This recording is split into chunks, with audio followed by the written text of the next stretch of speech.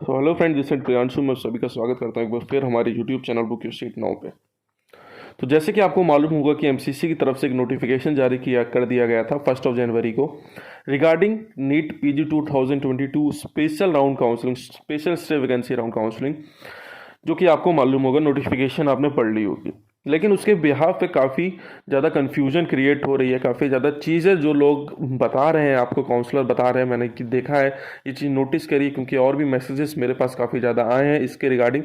तो वो सारी चीज़ें मैं इसमें डिस्कस करने वाला हूँ, क्या क्या कन्फ्यूज़न क्रिएट्स हो रही हैं, क्या क्या एलिजिबिलिटी है। मेनली जो एलिजिबिलिटी के लिए जो चीज़ें आ रही हैं सामने, उसके लिए हम बात करेंगे, क्या एलिजिबिलिटी रहेगी, सीट मैट्रिक्स कब क्या आनी है उसके बारे में बात करेंगे, और क्या प्राइवेट मेडिकल कॉलेजेस में भी ये राउंड होगा या नहीं होगा। इस सारी चीज़ें हम इस वीडियो में डिस्कस करने वाले हैं। तो ये वीडियो काफ़ी इन्फॉर्मेटिव होने वाली है आप सभी के लिए। तो जो कोई भी हमारे चैनल पर नया है, प्लीज़ हमारे चैनल को सब्सक्राइब कर लीजिए, क्योंकि ऐसी इन्फॉर्मेटिव वीडियोस हम आपके पास चलाते रहते हैं। तो चलिए शुरू करते हैं। तो जैसे कि कहा जा रहा है कि आपका 3000 प्लस सीट्स अवेलेबल हैं आपकी यहाँ पर, आपकी जो स्पेशल स्टे वैकेंसी राउंड होगी वहाँ पर। लेकिन मैं ये 3000 के बारे में, सीट्स के बारे में बताता हूँ, तो इसमें जो मेनली जो सीट्स आपकी रहेंगी वो नॉन क्लिनिकल ब्रांच की रहेंगी, क्योंकि वहाँ पर आपको ज़्यादा सीट वैकेंट बच गई थी स्टे वैकेंसी राउंड में। अगर आपने लास्ट सीट मैट्रिक्स अगर देखी हो तो आपको सारी चीज़ें क्लियर होती हुई दिखाई दे रही होगी, क्योंकि मैंने देखा कि बहुत सारे लोग कह रहे हैं कि अभी आपकी गवर्नमेंट में सीटें बची हुई हैं, क्लिनिकल, अपर क्लिनिकल या फिर डीम्ड कॉलेजेस में सीटें हैं, प्राइवेट में हैं। तो मैं आपको बता दूं कि क्लिनिकल और क्लिनिकल और अपर क्लिनिकल में सीटें आपको बहुत कम देखने को मिलेगी।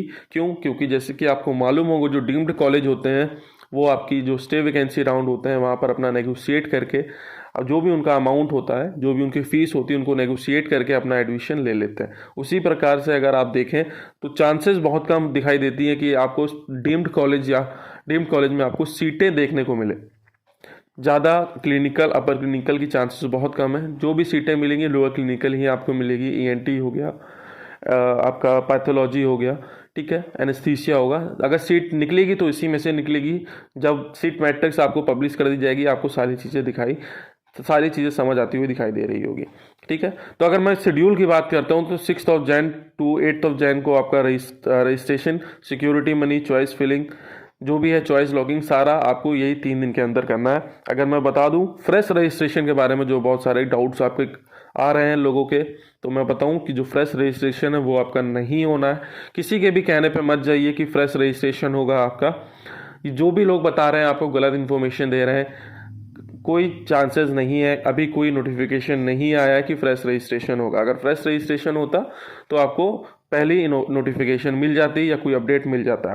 जैसे कि आपको मालूम होगा, और आज आपकी डेट जो है वो भी आपकी 3 हो गई है। 2 से 3 दिन के अंदर आपकी जो आपकी सीट मैट्रिक्स है वो पब्लिश कर दी जाएगी। जो भी फर्दर नोटिफिकेशन होगी वो भी आपको मिलती हुई दिखाई देगी।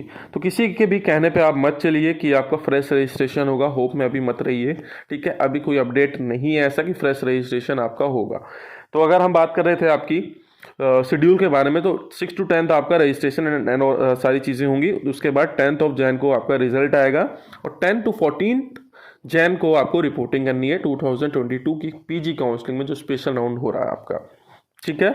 ये जो काउंसलिंग है ये आपकी ऑल इंडिया बेसिस पे हो रही है, ऑल इंडिया 50% बेसिस पे हो रही है, जिसमें आपकी government colleges, DNB, NBE, diploma और आपकी डीम्ड कॉलेज पार्टिसिपेट कर रहे हैं।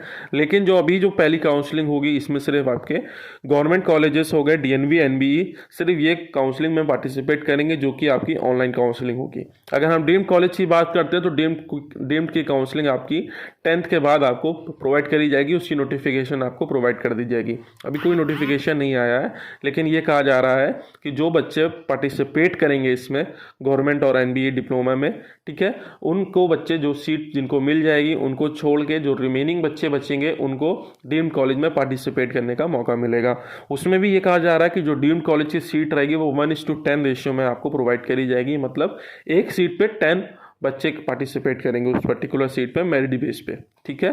तो उसमें क्या होता है, डीम्ड कॉलेजेस में आपको फिजिकली जाके अपनी काउंसलिंग करवानी पड़ती है, उसमें ऑनलाइन बेसिस नहीं होता। तो ये सारी चीज़ें मैं क्लियर कर दिया है आपको कि डीम्ड और गवर्नमेंट में कैसे क्या काउंसलिंग आपकी होनी है।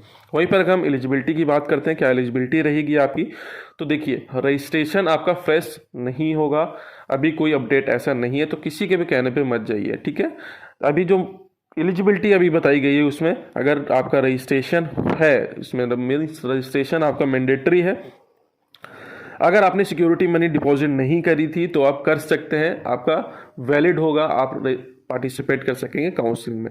या फिर आपको first round, second round, mop up, stay vacancy round में ऑल इंडिया के आपको अगर सीट नहीं मिली थी कोई भी, तो आप पार्टिसिपेट कर सकते हैं, उसमें कोई इशू नहीं रहेगा। कोई भी फ्रेश रजिस्ट्रेशन नहीं करना पड़ेगा आपको, जो भी रहेगा आप उसी में एलिजिबल रहेंगे। लेकिन कोई भी सिक्योरिटी मनी भी डिपॉजिट आपको नहीं करनी पड़ेगी, आपको सिर्फ रजिस्ट्रेशन करना पड़ेगा जिसने आप पहले किया रखा है, ठीक है।